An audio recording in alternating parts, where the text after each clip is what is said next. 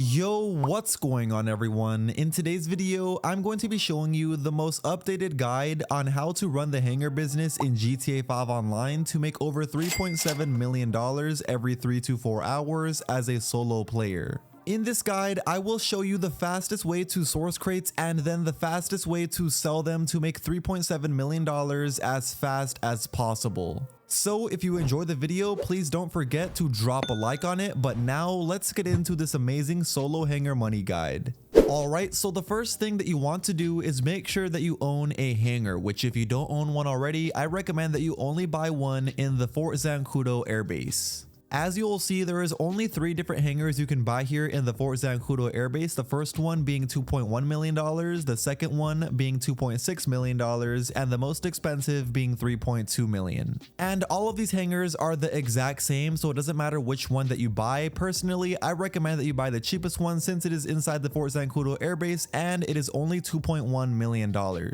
Anyway, once you do buy the hangar, the only upgrade you need to add on it is a living quarters. All of the other upgrades you can add later on.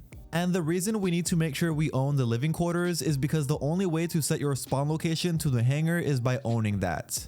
So once you set your spawn location to the hangar, all you want to do is simply enter inside the business. Once inside the hangar, all you want to do is go upstairs to where the office is at and then sit down at the computer. Once you are sat down, log in and then click here where it says source. And you'll see in this section right here all of the 8 different types of crates that we can source for this business, and of course all of these 8 different types of crates are worth different values.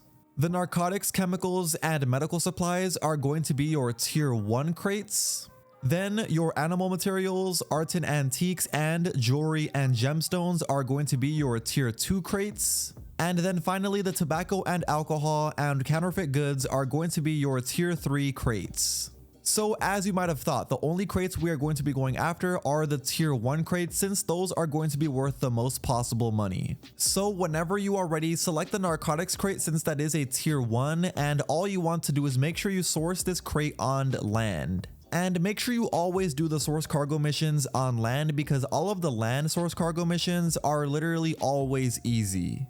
When it comes to completing these source cargo missions, there is only a total of 4 different land cargo missions that we can possibly get, and the very first type of mission we can get is this one right here where it says infiltrate the deal. And the infiltrate the deal source cargo mission is very easy. All you need to do is go over to the deal location, and once you are over there you should see a truck. Once you do see the truck, I recommend going in a location where nobody can shoot you, but you can also see the truck, and then blast the truck a whole bunch of times with something explosive until it explodes. Once it explodes, then what you need to do is get an up and atomizer and then shoot the truck. That way we can easily get the crate once we go down there. I also recommend that you use an Oppressor Mark II or some sort of really fast vehicle. That way you can easily pick up the crate and then head over to the hangar straight after. And just like that, once you do deliver the crate over to your hangar, you are now done doing the very first source cargo mission. And if it was the infiltrate the deal source cargo mission, this should have took you under 3 minutes to complete. Very easy. Anyway, after completing your first cargo mission, you'll notice once you go back over to your computer and try to source another cargo crate that you cannot source the same one because there is a 3-minute cooldown time.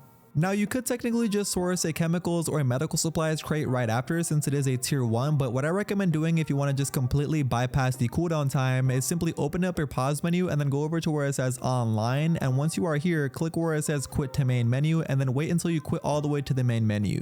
Once you are at the main menu, now go over here to where it says story and simply load into story mode. Once you are into story mode, now what you want to do is open up your pause menu, go over to online and simply load into an invite only session just like we would normally. And then once you load into the invite only session, all you then need to do is simply run over to the computer and then sign in. Then once you sign in, click where it says source and you'll see the narcotics no longer has a cooldown because we did the cooldown bypass glitch, and now we can simply source another narcotics crate right after. Okay, so now getting into the second type of source cargo mission you can possibly run into. This is going to be the one where it has you go over to a random location over in the city usually. As you can see, this one's going to have me go over to La Mesa. Once you arrive at the location, what you then need to do is simply find and then blow up the generator, which the generator is always going to look exactly like this no matter which location you go over to, so just make sure you find this and then blow it up. After you blow it up, you then should see a gate open somewhere nearby. Simply enter inside that gate and then you should see a crate inside of this location. Once you do pick up that crate, all you then need to do is simply deliver it over to the hangar. And then just like that, once you deliver the cargo over to the hangar, you are now done doing this cargo mission, which is probably one of the easiest cargo missions out of all of the 4. These should take you anywhere from 2 to 3 minutes at the very most every single time.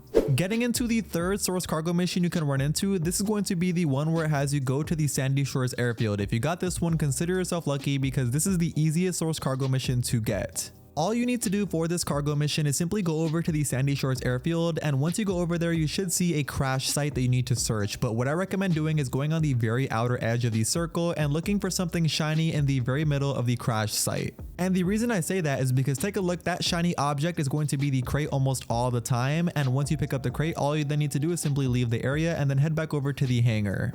There are times where the location will switch, but don't worry, the location is still going to be somewhere nearby, and all you have to do is the same exact thing. Go somewhere near the circle, look for something shiny, and that shiny thing is going to be the crate, and once you pick up the crate, all you then need to do is simply deliver it over to the hangar. Like I was saying though, these cargo missions are the easiest ones to get out of all of the cargo missions, so these should be taking you anywhere from 2 to 3 minutes at the very most every single time that you get this exact cargo mission. There is only one other type of source cargo mission that you can get, and that is going to be the one where the location is next to the ocean. If you ever get a source cargo mission and it has you go over next to the ocean, trust me, do not even do that mission. What I recommend you do is simply find a new invite only session. That way you can simply load back into your hangar and then start another one, and hopefully you don't get that same source cargo mission again. Also, something that is really handy inside of the office in the hangar is going to be this snack bowl, because as you know, when doing these source cargo missions, you are going to get shot a lot of times, so these snacks are definitely going to be coming in clutch. So if you ever need to refill on your snacks, make sure you come up to this snack bowl inside of the same office that your computer is inside of. Anyway, now that we went over how to complete all 3 of the different source cargo missions that you can possibly get in the hangar business the fastest way possible, now what you need to do is as many of those narcotic cargo missions as you possibly can. Of course, doing that trick right after, that way you can bypass the cooldown time after you source each one of the narcotics crates. And after 2 to 3 hours of consistently grinding the narcotics cargo crates, you should have been able to fill it up 50 out of 50 in around 2 to 3 hours. And those 50 out of 50 narcotics are going to be selling for $2.55 million. Make sure once you click sell though that you sell it to land, not air, because the land sell missions are way easier than the air ones. Anyway, as long as you are selling 50 out of 50 of the narcotics tier 1 crates, you should have been able to get this really easy sell mission. I almost always get this sell mission as long as I am selling 50 out of 50 crates, and this sell mission is pretty much as simple as you getting inside this truck and then going over to hook it up against the trailer. Once you do have the trailer all hooked up, from here all you need to do is simply drive this over to the drop off, which as you can see, my drop off is only 3.4 miles away, which is actually not too bad. And if you are wondering, I am selling this product right now in a public session with over 20 people in it. If you are wondering why, by selling in a public session with over 20 people in it, as long as you are selling a complete 50 out of 50 narcotics, you are going to be earning a total of $1.2 million as a money bonus just for selling it in a public session with over 20 people in it. Which is exactly why I always do it. And trust me, it's usually not really too scary to do because the hangar sell missions are really easy. Like I said, you're literally delivering it over to one drop off, and after you do deliver it over to the drop off like I did here, all you then have to do is simply leave the area, and once you do leave the area, here's exactly how much money you get paid. As you can see, $3.78 million for selling it in a public session with over 20 people in it. And if you ask me, I think that is a really good amount of money, especially considering that that sell mission literally took me under 5 minutes to complete and it wasn't stressful whatsoever. If you do get scared and you do see someone coming towards you, which most likely you shouldn't, but if you do, you can always go ghost organization, and that should give you enough time to get over to your drop-off location because you were literally only going over to one drop-off. But anyway, that is now going to be the end of today's video. You officially know the best way to be running the hangar business in GTA 5 Online as a solo player in 2025. It's honestly a very slept on business in GTA 5 Online. That's why I wanted to fully go over it, showing you the best way to run it. Anyway though, if you went on to enjoy and you still haven't already, please do me a favor by going down below and dropping a like on the video before you click off. But until next time, I will see you all in my very next video. Peace.